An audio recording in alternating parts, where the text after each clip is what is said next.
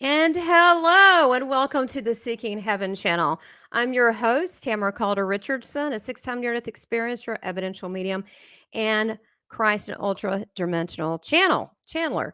So, welcome to today's episode. It's very exciting. Before we have our guests come on, quick announcements, and then we'll jump right into it.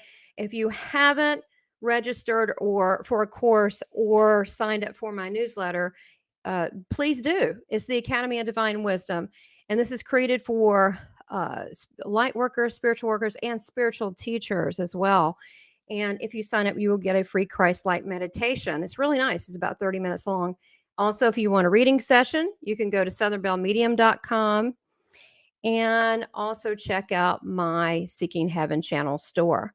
All right, let's jump into it today. So, this is wonderful. You're going to this guest today is just going to be so much fun, so interesting. I've read her book, and I'm talking about Isabella Greene. Now, she is a metaphysical specialist. She studied the spiritual arts her whole life. She is a healer as well as an author, and I'm going to bring her on to talk about her book. And she is going to, let me pull that up. There you go, which is Leaving the Trap, How to Exit the Reincarnation Cycle. And down below, you will have her website and how to purchase the book. So I'm going to bring on Isabella. Welcome. Hi, Tamara. Thank you for having me on the show. Oh, absolutely. You're used to doing these things. You're an old hat. You said you've been doing interviews since July. Every single week since July, yeah, and I've been doing them before that, but since the book really hit the interest there, then it's been every week, yeah. Well, I think you're bold in coming out and talking about some of these things because people that are have been studying the spiritual arts or the arts and sciences, if you want to call it, their whole life. This is something that you're speaking about that is like, wow, someone's speaking about this, but others have never heard of it. So this is Right. doing a multi-approach job out in the world. So I thought today we would talk about near-death experience, your near-death experiences. I know you have one that would happen and one that was induced, and then why would you induce an NDE? You can tell it. Out You of can curiosity, yeah. I'm like, okay, we'll have to hear on that one. And then as you move into your consciousness, and one thing that I really want to get across on this channel, because I try to bring on other spiritual teachers and I literally handpick, and it's no offense, I think everybody's great, whatever they're doing to reach out to humanity. But I really want people to learn and to understand. And if we can hear it from different viewpoints, even similar information, maybe people begin to have an understanding. But it's really about consciousness and opening the door, whether it's through a kundalini, through astral travel, through meditation, through some type of spiritually transformative experience, which could be a near-death experience. And I think that Yeah. people look at it in singularity. And I think some of, and I don't, we haven't talked till right now. You did a sound check, and here we are. But the some of the near-death experience community is a little upset with me because I'm coming out into the starseed stuff, because to me, I think it's about consciousness. It's about our consciousness, and our consciousness is acknowledging that, and that we are limitless, and when we're limitless through our intention. So this particular episode, you guys and gals, Isabella is going to be talking about, her near-death experiences, what that may, how it changed her, and how it moved into altered states. And then we have a really awesome second episode that you're going to see next week, next Thursday, that is going to be about these specific other astral states, other planets, and then what is a reincarnation trap? What is that? And then she's going to be offering a course too. So go ahead and start where you want. We don't want to tell them too much today, and of course, I want them to buy your book. But tell us about these near-death experiences that you have had. Well, I had a life of a rock and roller in New York City back in the day. Um, During the nighttime and during the day, I was working in corporate environment. But the partying was hard. It was the late 90s and the early 2000s. And so the partying was really, really hard at that point. Every rock and roller it was expected to be a train wreck. And I was very much there with that mentality. And so there was one of these moments when the party got a little bit too strong for my body, and Okay. I could barely bring myself to come home that morning. It was the sunrise, and um, for some reason, I decided when I got home, when you're in under the influence of drugs, that you don't really have a clear thinking going on there. So at that moment, I thought, oh, it'd be a good idea to do a little more, and I did a little more, and my body went into an overdose, and so. Uh, all the symptoms of the overdose came on. I was by myself, so there was no one there to help me or take me to the hospital. And so technically, I should have been dead right there. Mhm. Not many people survive an overdose. So there was a moment when my body was going through all that, and I realized that I'm standing in my room looking at my body. I turned around, I saw my body. And I was in that in this mind frame where I didn't really care much to be alive. I didn't really care much about my body, so it didn't freak me out at all. I was just like, "Oh, look at that body doing all that," and the next thing I knew, I got vacuumed really powerfully into this white tunnel. So the white light, the whole thing. So it was just an Mhm. instant that I was able to see my body. I was already out of my body, and the tunnel, the white light, the white vacuum, um, threw me right into the like what I call the white nowhere. It was just Mhm. a space Mhm. of complete stillness and complete peace, and all of the pain was gone, and it was such an incredible feeling. I was like, wow, I love this. This feels so amazing. Did you want to Mhm. ask something? I want to ask you, when you were out of your body, were you out of your body instantly, or or how did that work? And when you were observing, a lot of people have made comments when I tell them, and I think it's because it's our true state spirit, but they're like, why were you indifferent about your body? But I was too. And I Ah, really care about it now. Really do. I know it's an odd reaction. You wouldn't expect I that know. because right now we're very concerned, right? We're very I concerned. know. But is it, but speak on that because a People lot of have people asked me, can't imagine that. I know people have asked me the same thing, like how come Yeah. that you didn't care about the body? But I think it depends on where you're at, because already at that time in my life, I didn't care to continue living. I didn't care to if I Mhm. was dead or alive. And I didn't really care about my body much. I wouldn't be doing drugs if I was caring about my body, right? Makes sense, right? So, um, I don't know. It was just kind of that I hear state this that I all the look. time. Why do you Yeah, think that is? I hear it all the I was like that. I was solar, but I was not I was just sorta indifferent, like, "Wow, look at that." Yeah, I was just yeah, sorta exactly that. Exactly that. I was like, whoa, look what's going on there. And then my yeah. attention Mhm. immediately got taken into that Good. white light and the white nowhere. And that felt amazing. That felt like it's such a liberation and a release and relief. And I was like, oh, I love it. I want to stay here for the rest for It the was rest of my it was existence. peaceful for Mm. you? Oh Was my it god, it was peaceful for you? incredibly peaceful. It was incredibly like my soul, or that astral body of mine, got filled with complete bliss at that point. I was very blissful. I was very peaceful, and but then I wasn't there alone for too long, because well, there's no time there, so it just felt like, whoa, so I love this. Next thing I know, there's a being next to me, and I didn't really notice, because I was in this state of awe. I didn't really notice how the being came up to me. It was just there.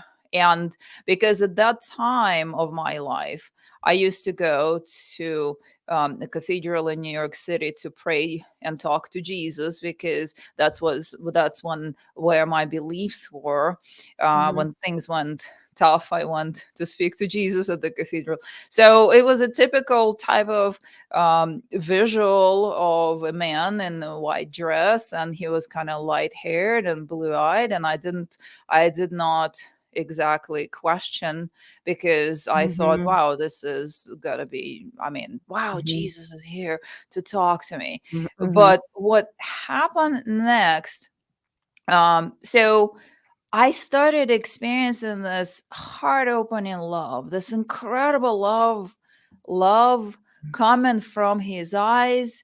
And he was just giving me this kindness that I did not experience in my physical reality. Mhm. So I was begging him, I was saying, oh my God, can I please stay Mhm. here with you in this space? Because he asked me a question. He Mhm. said, do you know why you're here? And I said, no, what happened? Well, I said, did I die? And he just said, you don't belong here. It's not your time yet. Okay. All right. It's not your time yet. Oh, now we know it's a standard freaking line they give you.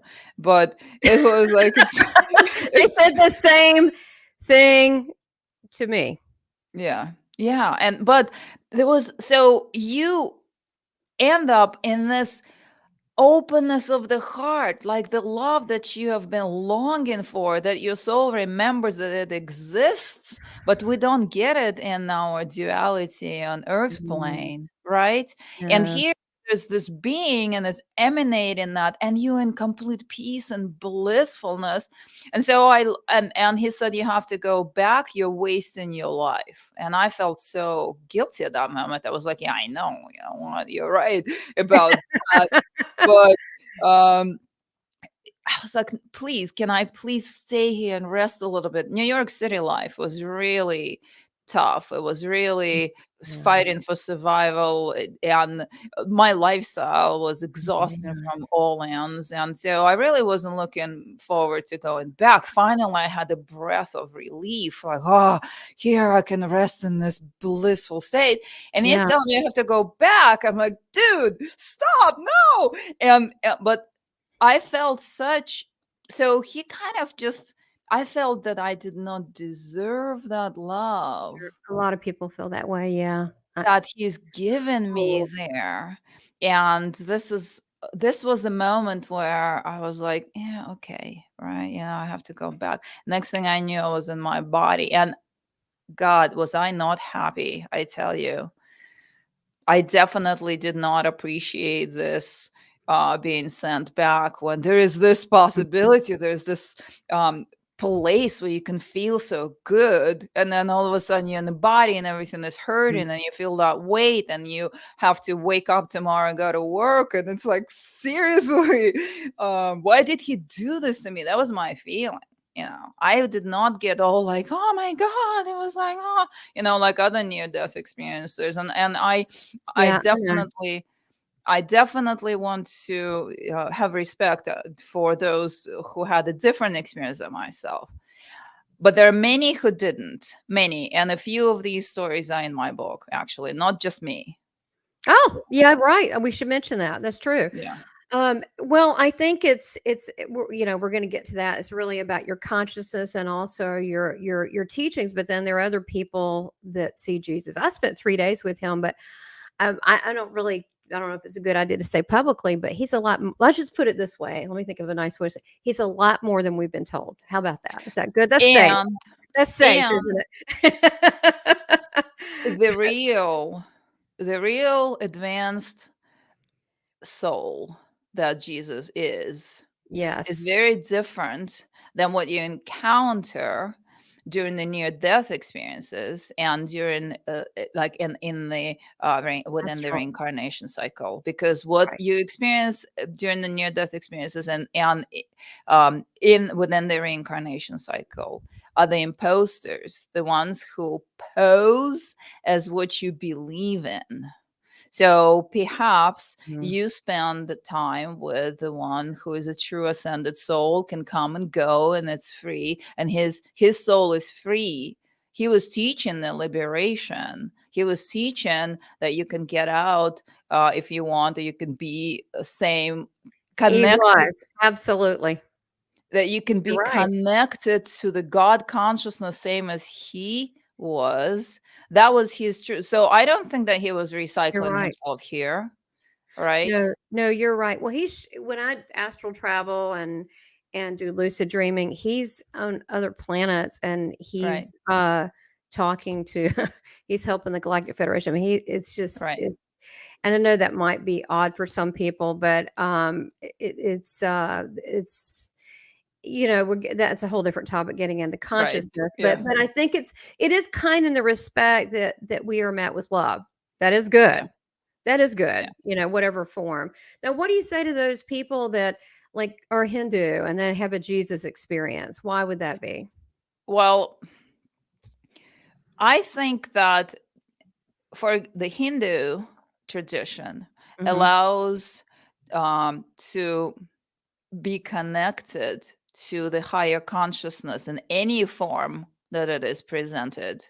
That's number one. Secondary, there is a theory or a teaching that Jesus spent half his life, the second part of his life after the the resurrection Mhm. hoax there, that he spent the second half of his life in India.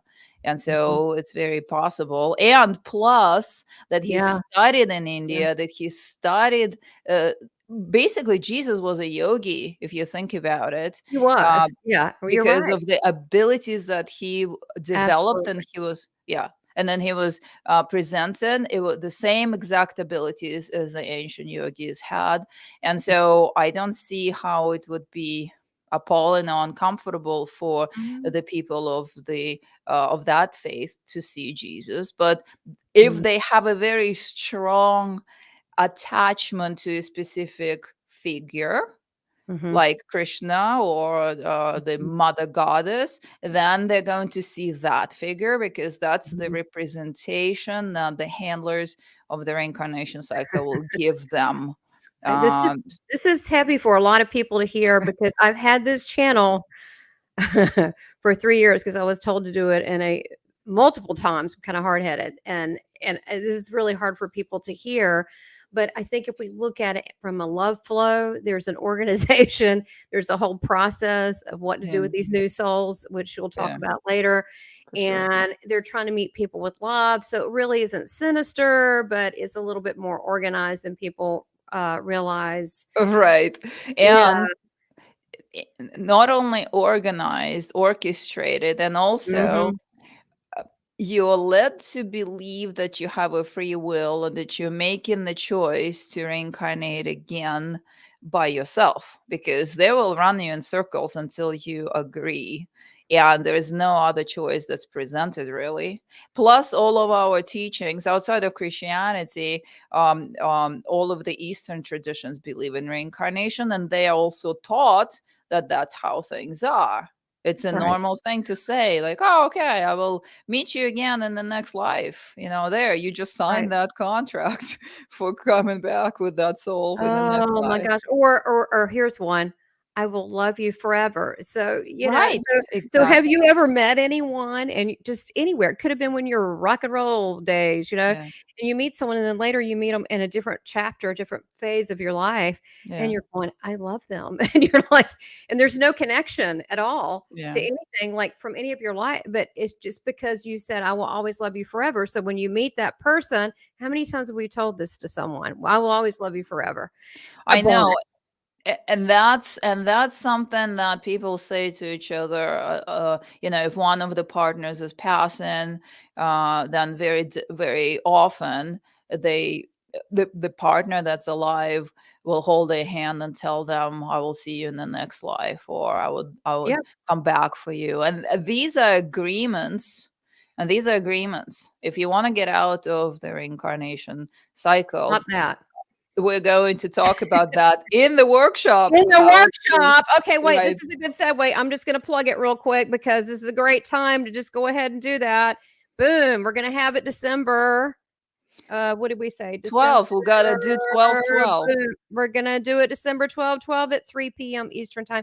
If you can't make it, not a big deal. This will be unlimited replays. You can watch it later that evening from work if you can't make it. It's totally fine. It will be exciting.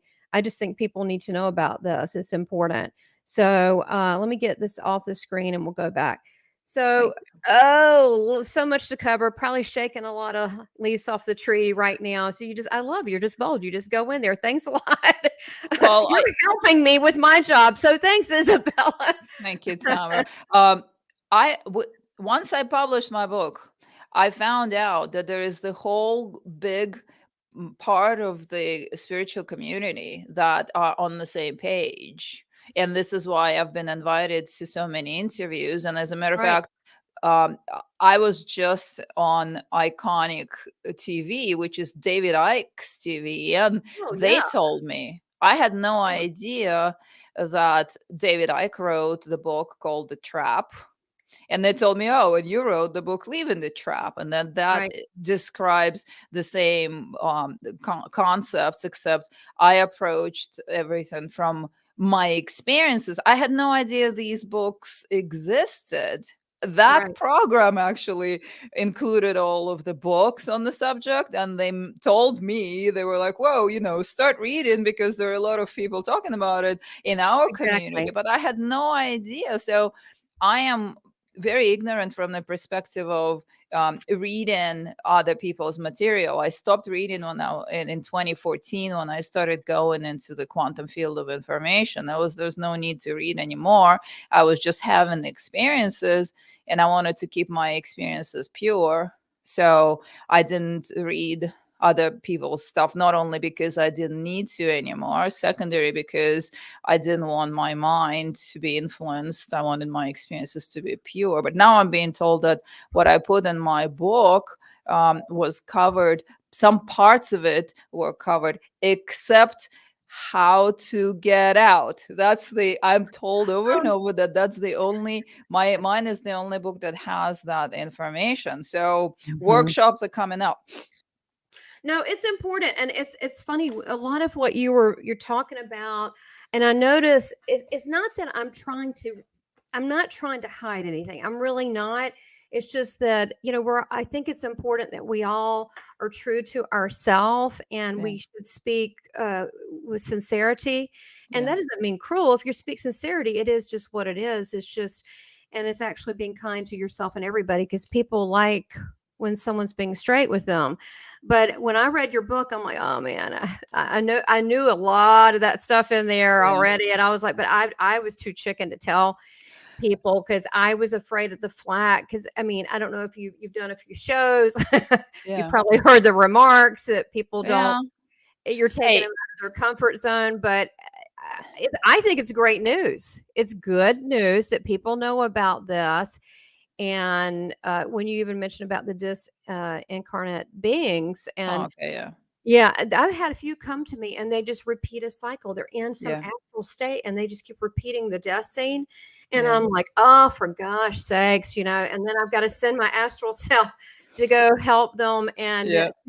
because they're they've created the self-created Time simulation, loop. Yeah. Hmm. this time loop that they're stuck in. And I feel sorry. I don't make that my main, mission and so forth. But our consciousness can also time jump. I do time jumping too. And Yeah. I think that people, I think the goal here is just to expand your mind what is possible and not to Yeah. be fearful of our own self. I mean, we've done this how many times? How many times have we Oh. done this? I mean, is it possible even to count? And then that whole idea about, oh, the earth is a school. We're here to to learn, and then to go back to and take that information back to source. I'm sorry, but human beings, we've done this How much do you know? thousands. How much do you need to learn? How many Right. people do you need to kill, or they need to kill you, or that you need to be poor, you need to be rich? I mean, we've done this. We've done all of We've, it. we've done and it the all. hu- and the human experience is very redundant. The human experience is like, sometimes I sit and I talk to people for work, my spiritual healing work, and they tell me their story, and it's Mm, the same story over and over the entire week, and I'm like, oh my god, you know what, we are so redundant.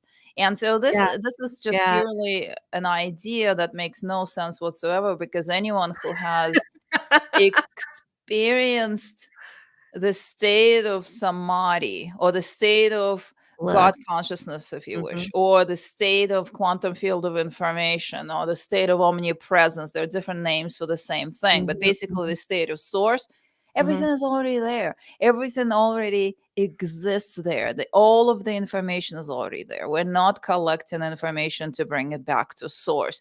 That is just to make us feel better about what we're doing here in this lifetime. Yeah, I In totally this agree. lifetime and on this No, planet. no, I totally agree. Well, there's a couple solutions that I had. First of all, I've been talking to my star team, my star, Right.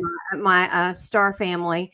And Mhm. when I wanted to talk to my star family, I started seeing UFOs anyway. And so I'm hoping, I said, now look, if you come get me, don't beam me up because that's just rude. Just bring me a little hovercraft or something and do it. You don't like shock me. Just kind of be like a little respect. I said, but I've already made it like a deal with my husband. I'm like, if they land, will you come? Or could you leave it all behind? Would you go? And he said, I'll go with you. I said, cool. And then I said, okay, next life, we're not doing this again. I said, crap. I Right. mean, I appreciate people I love and all. Okay. But what I'm saying is, we're going to do something that's a higher vibration. And he goes, Yeah. I'm all in for that. And so you can decide, I'm not doing the earth recycle again. You can just decide Yeah. that, Mhm. right? Yeah. Yeah. Just like Yeah. you decide with your life now. No, I'm not going to do that job anymore. No, I'm not going to be married to that person anymore. And Right. it's very important that one of the most important tips is, and let's not go into tips, we'll do it on the workshop, but No, we're gonna do the tips. These are just I'm just throwing out you're the one's gonna be the guest teacher. So I'm just throwing out I'm just saying we have choice. That's all I'm saying. yes, and that is the most important thing to know.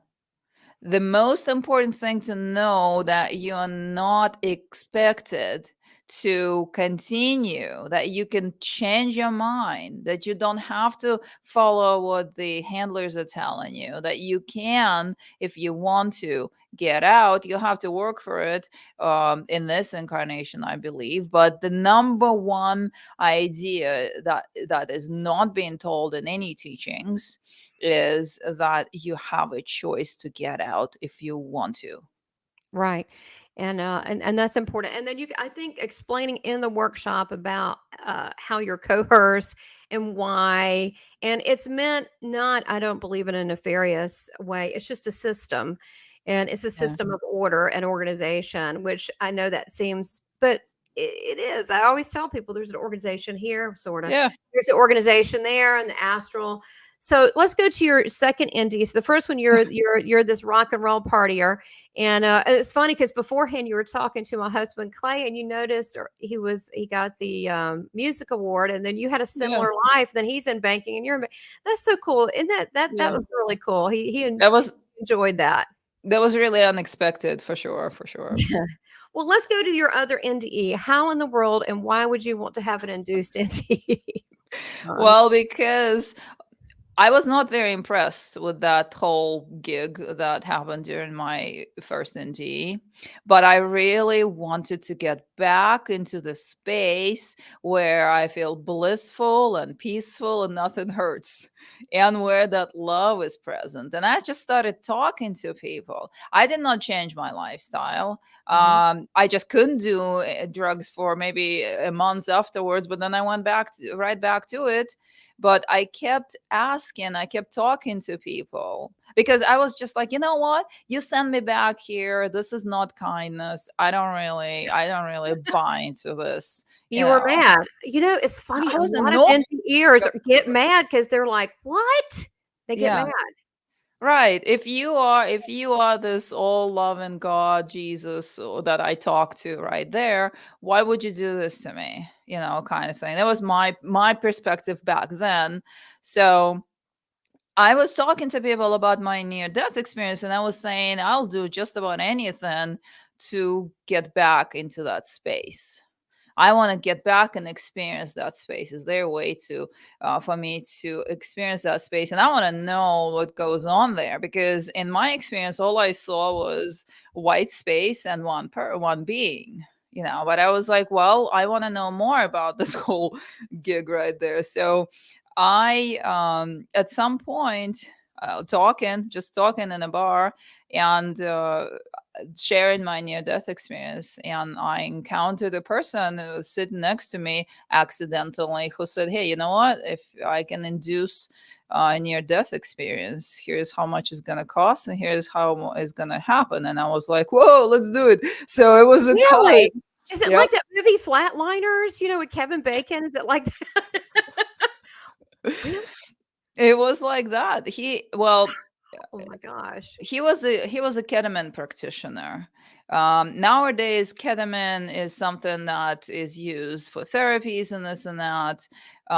Back in the day when it was all happening, it was not exactly known in that way. But he said, "Well, I can facilitate an experience for you that is going to be a simulation, or is going to be exactly like a near death experience." I was like, "Okay, so hey, I totally want to go, and I totally want to experience that." So we arranged for the time and the cost and where I came in. He had a very kind of therapeutic, very professional setup. There was with a therapist, there was like a Mhm. couch there, like a leather couch. You just lay down, and he said, "Well, where do you want to go? Make a decision where you want to direct your soul." And that was like, "Oh, I remember that from astral projection." I was Mhm. also thinking, I need to know where I want to go, right? Mhm. Because I started astral projecting when I was 17 years old. But here he said, "Make a decision where you want to go." I said, "Well, I want to go into the afterlife dimension. I want to go check it out. I want to experience this again. I want to just feel that." He said, "Your entire physical experience is going to last only 10 minutes for your body, for your mind, but it will feel like forever." Like, okay, yeah, forever in that heavenly Yeah. realms sounds really good. So he went ahead and did whatever he had to do, and it's the same thing. It's this like choking feeling, and then you're gone. And I went through the tunnel. It's the same exact. It was very Really? similar. Yeah. Um, and um, I was at that time. This time around, though, I was not in the white nowhere.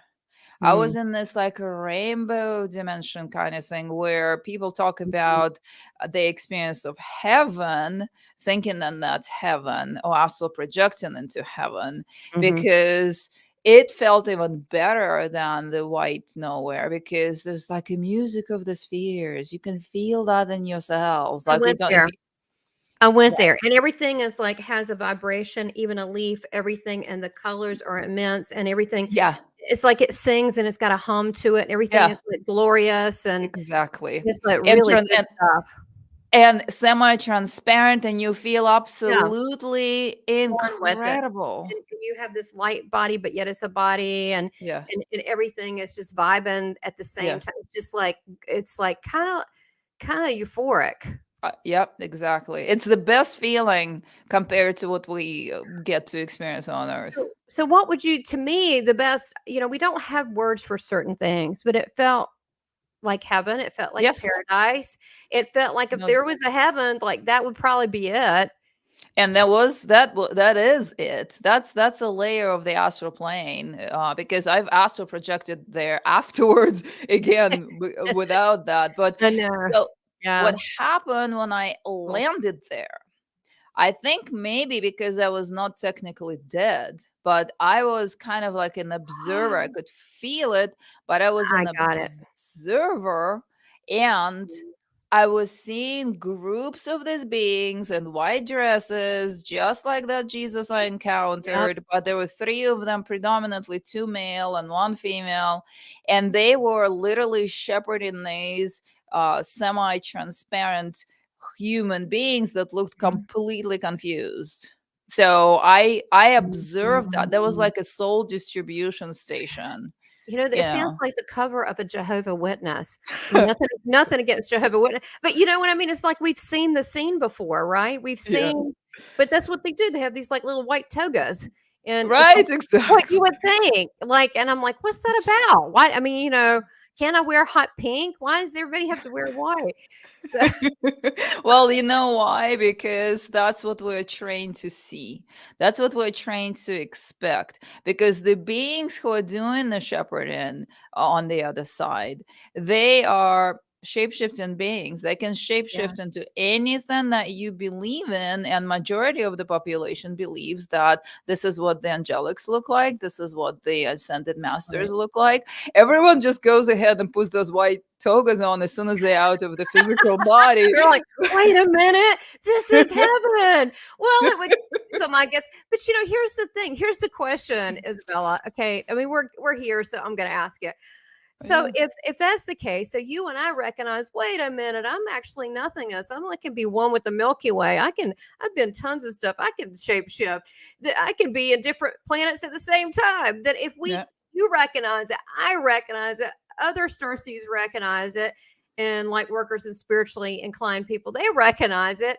Even on some level, why are they not giving us more credit? Why can't we recognize that when we step over the veil? When we're facing these beings, I think because the system is very smart and it is set up. One thing is what you know in your mind, another thing is what you experience in the presence of these beings that is hypnotizing, that is full of love, that is full of that energy that makes you completely susceptible to what they're suggesting. Plus, we're also trained, and we were trained that way since the inception of the human race, that once these apparitions appear, we follow what they tell us.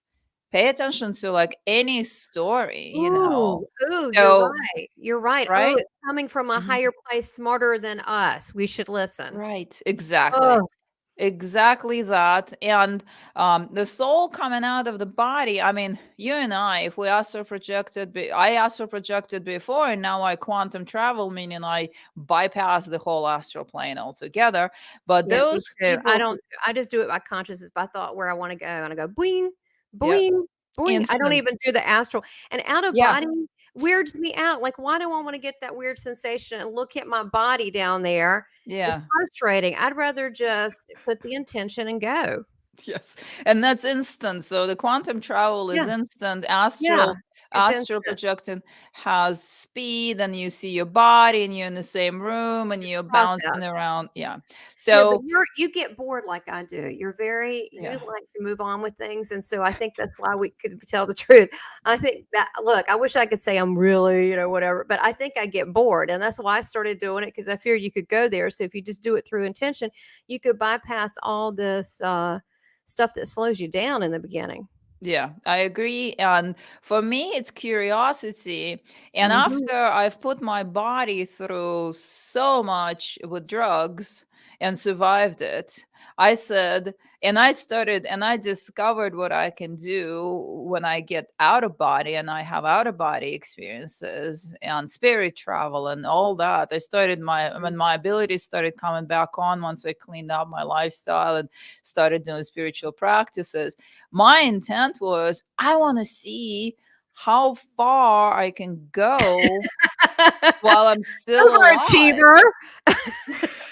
That's what drives me. Oh, Yeah, why was not? driving me. That's what was driving me at the beginning. Like this burning passion, the curiosity Mhm. of finding out what else is available while you're still in the human form.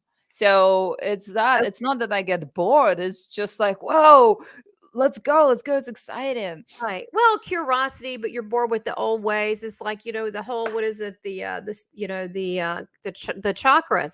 I Yeah. always started from my crown up. I never did all this stuff.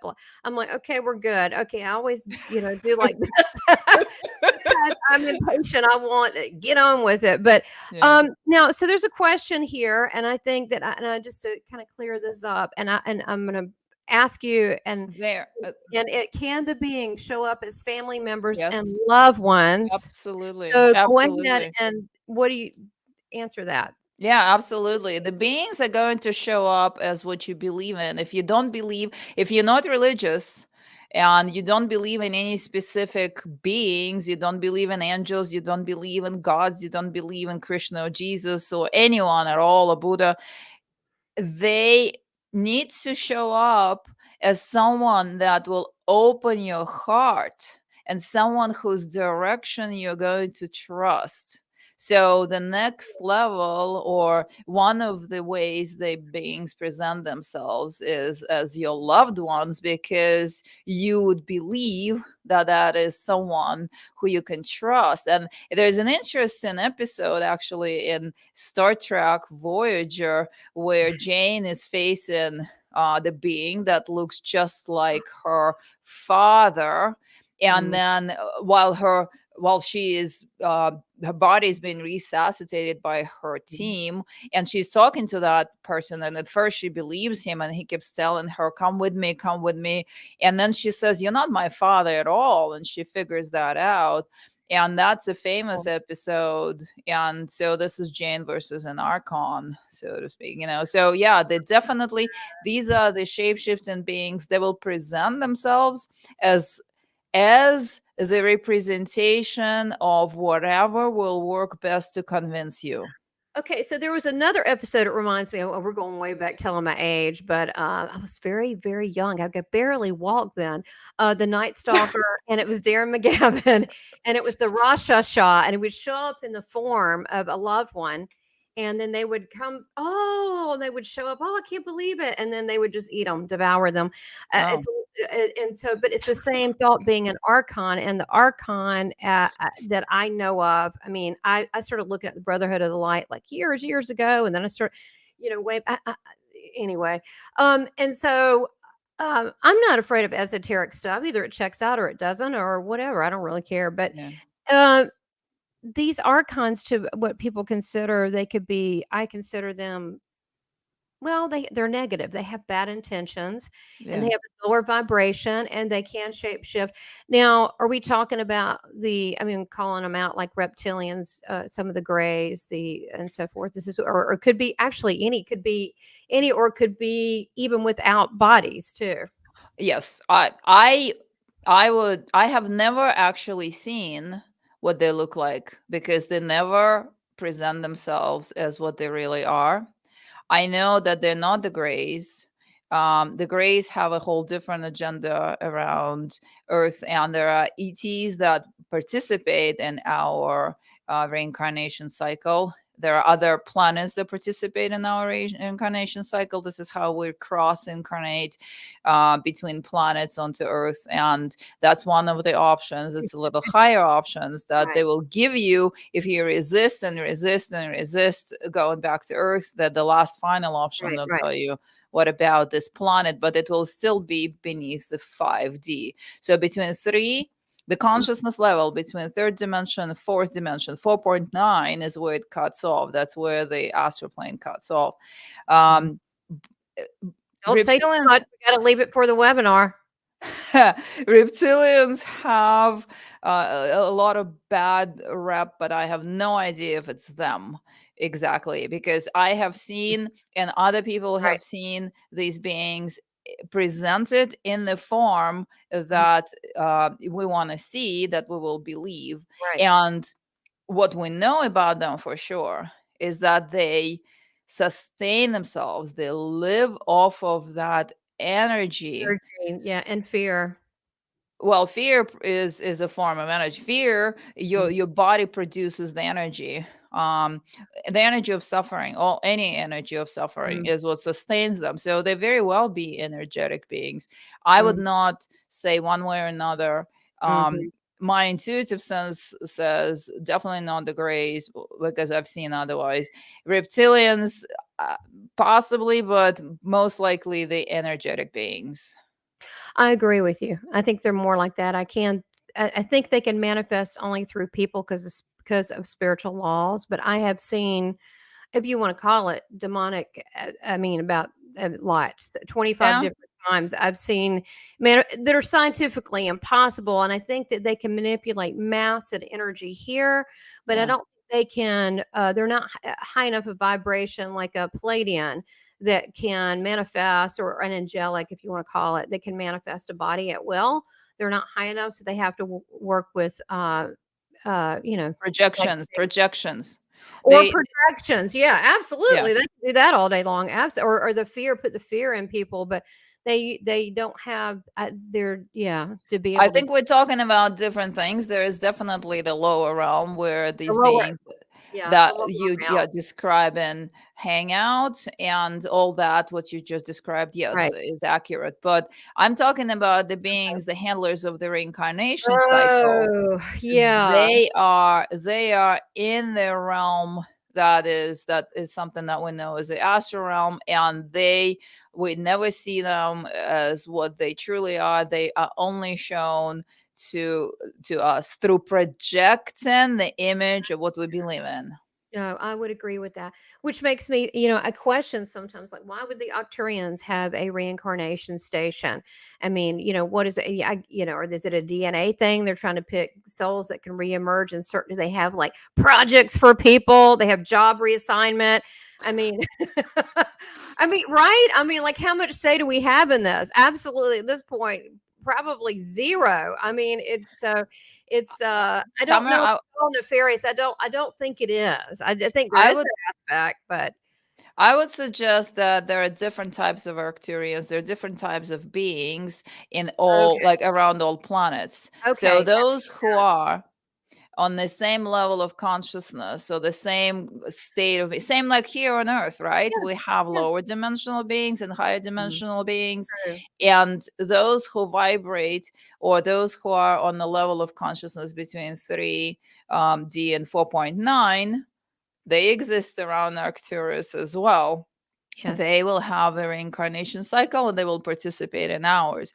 But Mm. the ones who are in the higher consciousness, they do not participate in our reincarnation cycle. They do not um, have their reincarnation cycle of their own, because it's a free will. Everything is about free will in the higher realms.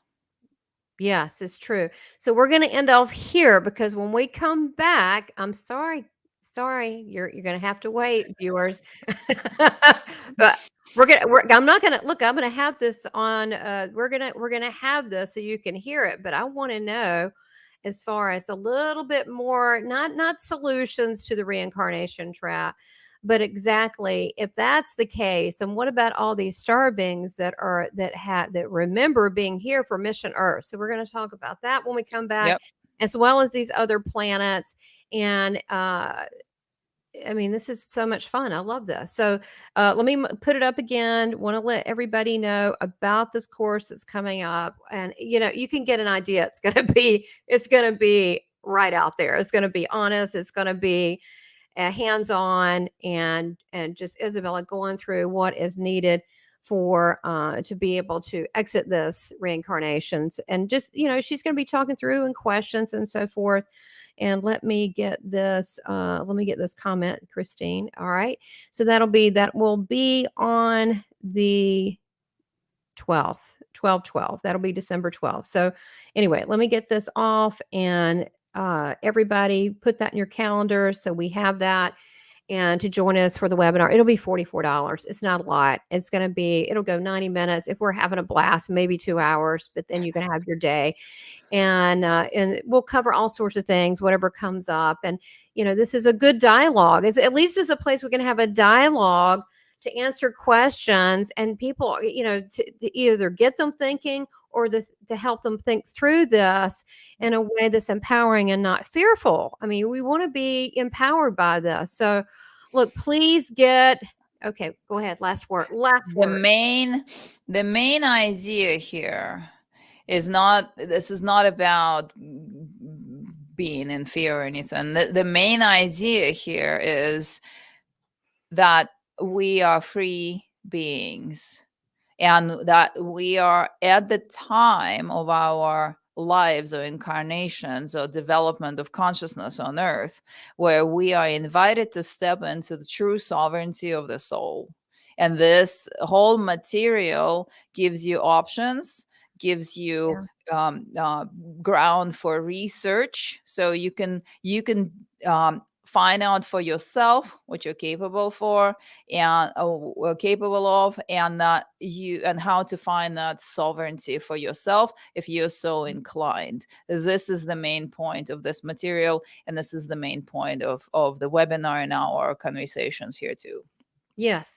And by the way, I've done this with several people. I used to own an ad agency, 27 years, visual designer, slogan writer, copywriter. That's your next book, Sovereignty of the Soul. No, I'm kidding. It'll be very popular. I'm very good at what I do.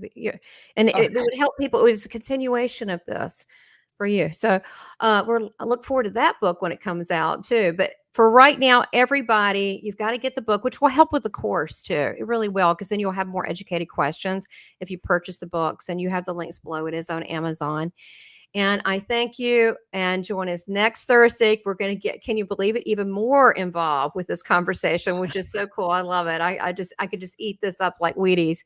So thank you so much, Isabella. And we'll see you all next Thursday. Thank you, Tamara. Bye-bye.